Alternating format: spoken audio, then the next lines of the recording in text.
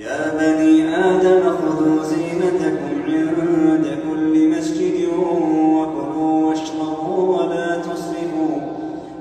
تسرفوا إنه لا يحب المسرفين. قل من حرم زينة الله التي أخرج لعباده والطيبات من الرزق قل هي للذين آمنوا في الحياة الدنيا خالصة يوم القيامة كذلك نفصل الآيات لقوم يعلمون. قل إنما حرم ربي الفواحش ما ظهر منها وما بطن والإثم والبغي بغير الحق وأن تشركوا بالله ما لم ينزل به سلطانا وأن تقولوا عن الله ما لا تعلمون. ولكل أمة أجل فإذا جاء أجلهم لا يستأخرون ساعة ولا يستقدمون. يا بني آدم إما يأتينكم رسل منكم يقصون عليكم آياتي فمن اتقى وأصلح فلا خوف عليهم ولا هم يحزنون.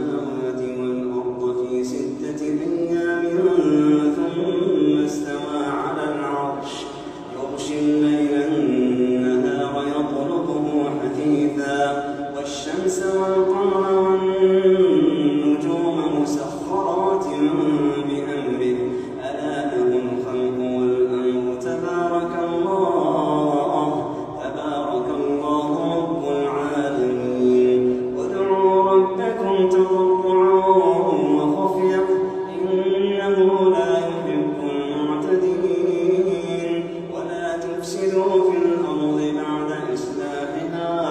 وادعوه خوفا وطمعا إن رحمة الله قريب من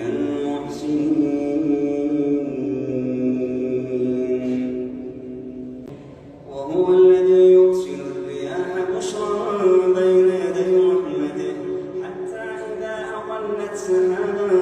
ثقالا سقناه لبلد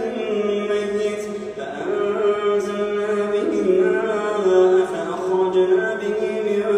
كل الثمرات كذلك نخرج الموتى لعلكم تذكرون والبلد الطيب يخرج نباته بإذن ربه والذي خبث لا يخرج إلا نكدا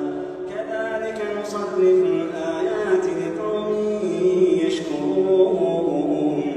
لقد أرسلنا نوحا إلى قومه فقال يا قوم اعبدوا الله ما لكم من إله غيره إني أخاف عليكم عذاب يوم عظيم قال الملأ من قومه إنا لنراك في ضلال مبين قال يا قوم ليس بي ضلالة ولكني رسول من رب العالمين أبلغكم رسالات ربي وأنصح لكم وأعلم من الله ما لا تعلمون أوعجبتم أن جاءكم ذكر من ربكم على رجل منكم لينذركم ولتتقوا لعلكم ترحمون فكذبوه فأنجيناه والذين معه في الفلك وأغرقنا الذين كذبوا بآياتنا إنهم كانوا قوما عمين وإلى عاد أخاهم هودا قال يا قوم اعبدوا الله ما لكم من إله غيره أفلا تتقون قال الملأ الذين كفروا من قومه إنا لنراك في سفاهة وإنا لنظنك من الكاذبين قال يا قوم ليس بي سفاهة ولكني رسول من رب العالمين أبلغكم رسالات ربي وأنا لكم ناصح أمين أوعجبتم أن جاءكم ذكر من ربكم على رجل منكم لينذركم واذكروا إذ جعلكم خلفاء من بعد قوم نوح وزادكم في الخلق بسطة فاذكروا آلاء الله لعلكم تفلحون قالوا أجئتنا لنعبد الله وحده ونذر ما كان يعبد آباؤنا فأتنا بما تعدنا إن كنت من الصادقين قال قد وقع عليكم من ربكم رجس وغضب أتجادلونني في أسماء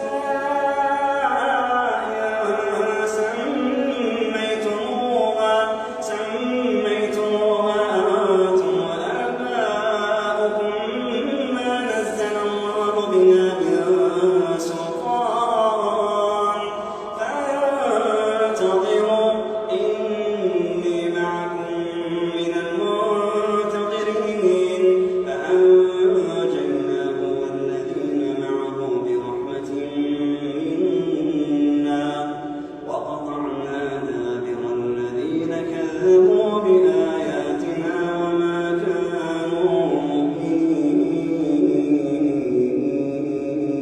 مؤمنين وإلى ثمود أخاهم صالحا قال يا قوم اعبدوا الله ما لكم من إله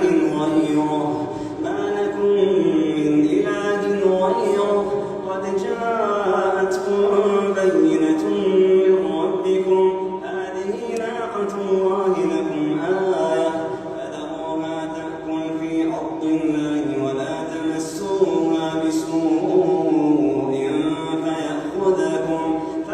فأخذكم عذاب أليم واذكروا إذ جعلكم خلفاء من بعد عاد وبوأكم في الأرض تتخذون من سهولها قصورا وتنحتون الجبال بيوتا فاذكروا آلاء الله ولا تعثوا في الأرض مفسدين قال الملأ الذين استكبروا من قومه للذين استضعفوا لمن آمن منهم أتعلمون أن صالحا مرسل من ربه قالوا إنا بما أرسل به مؤمنون قال الذين استكبروا إنا بالذي آمنتم به كافرون فعقروا الناقة وعتوا عن أمر ربهم وقالوا يا صالح ائتنا بعذاب الله إن كنت من المرسلين وقالوا يا صالح ائتنا بما تعدنا إن كنت من المرسلين فأخذتهم الرجفة فأصبحوا في دارهم جاثمين فتولى عنهم وقال يا قوم لقد أبلغتكم رسالة ربي ونصحت لكم ولكن لا تحبون الناصحين ولوطا إذ قال لقومه أتأتون الفاحشة ما سبقكم بها من أحد من العالمين إنكم لتأتون الرجال شهوة من دون النساء بل أنتم قوم مسرفون وما كان جواب قومه إلا أن قالوا أخرجوهم من قريتكم إنهم أناس يتطهرون فأنجيناه وأهله إلا امرأته كانت من الغابرين وأمطرنا عليهم مطرا فانظر كيف كان عاقبة المجرمين وإلى مدين أخاهم شعيبا قال يا قوم اعبدوا الله ما لكم من إله غيره قد جاءتكم بينة من ربكم فأوفوا الكيل والميزان ولا تبخسوا الناس أشياءهم ولا تفسدوا في الأرض بعد إصلاحها ذلكم خير لكم إن كنتم مؤمنين ولا تقعدوا بكل صراط توعدون وتصدون عن سبيل الله من آمن به وتبغونها عوجا واذكروا إذ كنتم قليلا فكثركم وانظروا كيف كان عاقبة المفسدين وإن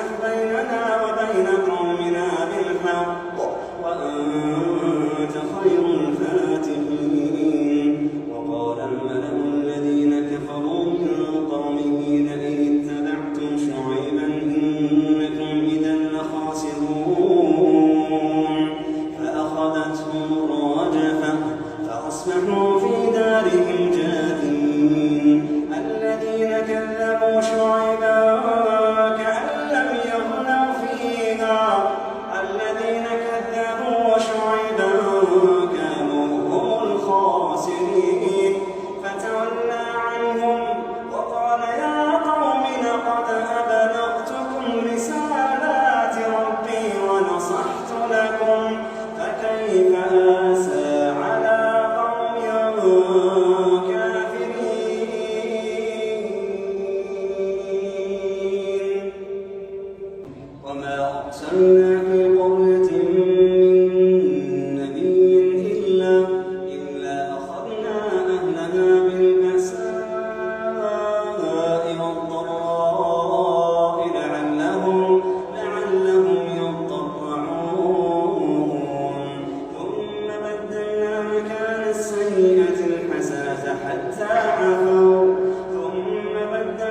مكان السيئة الحسنة حتى عفوا وقالوا قد مس آباءنا الضراء والسراء فأخذناهم بغتة وهم لا يشعرون ولو أن أهل القرى آمنوا واتقوا لفتحنا عليهم بركات من السماء والأرض ولكن كذبوا فأخذناهم بما كانوا يكسبون أفأمن أهل القرى أن يأتيهم بأسنا بياتا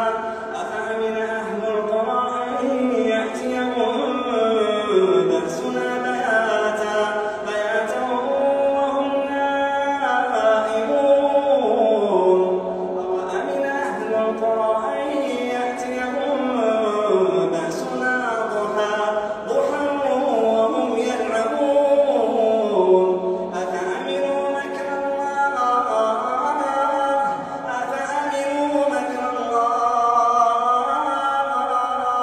فلا يأمن مكر الله إلا القوم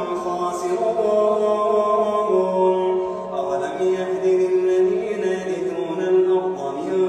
بعد أهلها أن لو نشاء أصبناهم بذنوبهم ونطبع على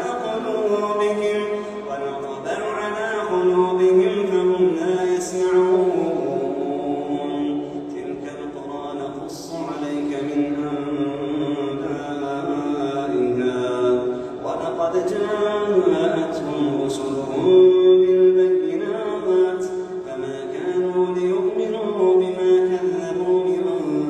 قبل كذلك يطبع الله على قلوب الكافرين وما وجدنا لأكثرهم من عهد وإن وجدنا أكثرهم لفاسقين ثم بعثنا من بعدهم موسى بآياتنا إلى فرعون وملئه فظلموا بها فانظر كيف كان عاقبة المفسدين وقال موسى يا فرعون إني رسول من رب العالمين حقيق على أن لا أقول على الله إلا الحق قد جئتكم ببينة من ربكم فأرسل معي بني إسرائيل قال إن كنت جئت بآية فأت بها إن كنت من الصادقين فألقى عصاه فإذا هي ثعبان مبين ونزع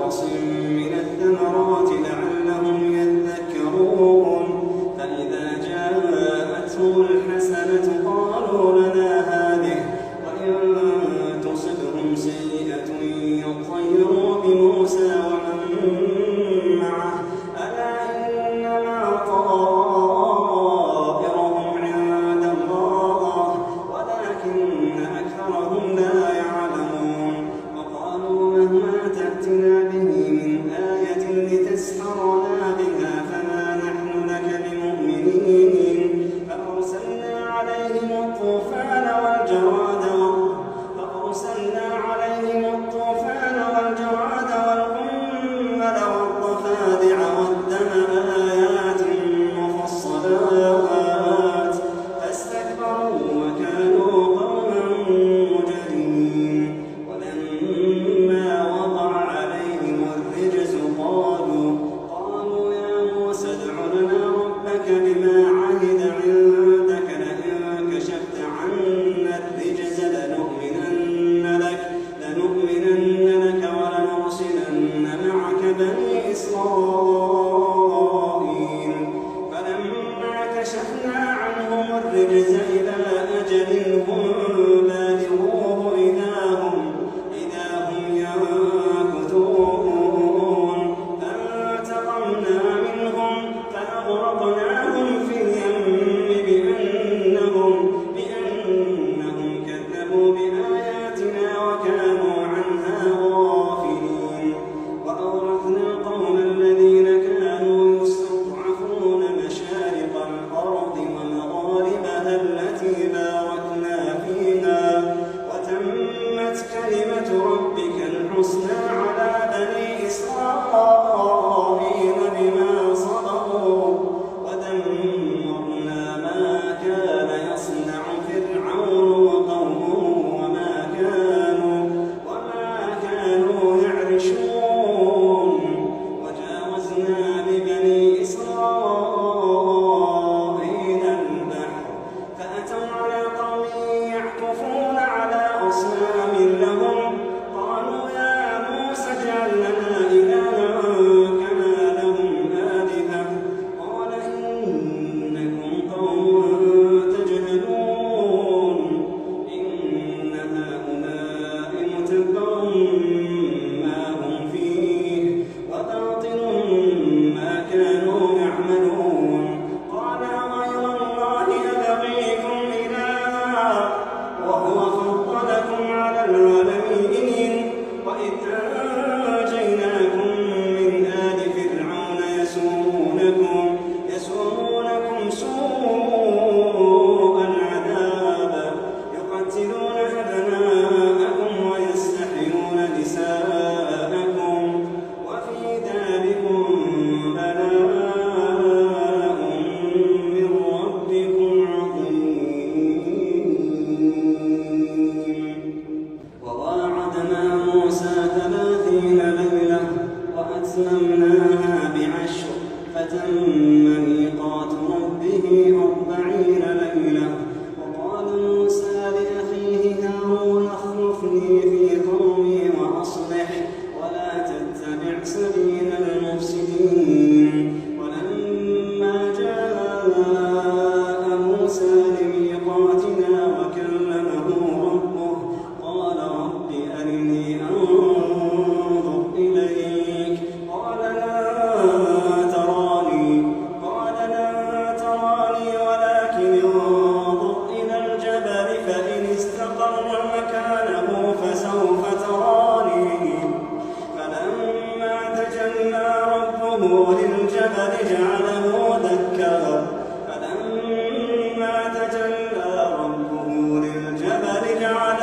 دكا وخر موسى صعقا فلما أفاق قال سبحانك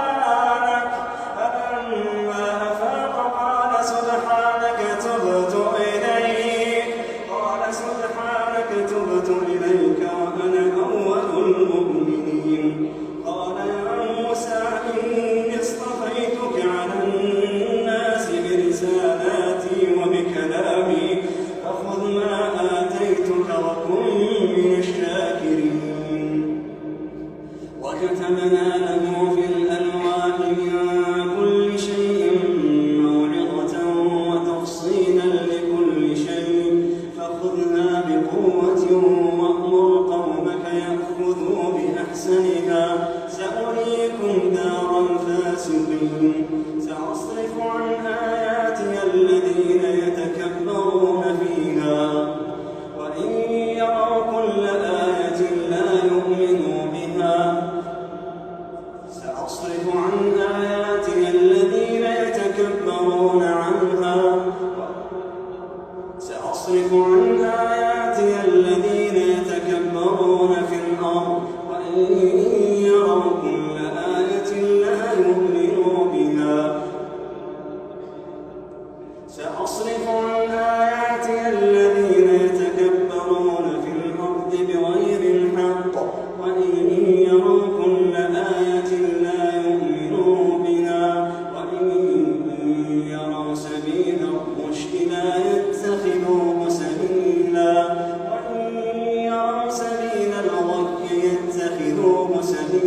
سبيلا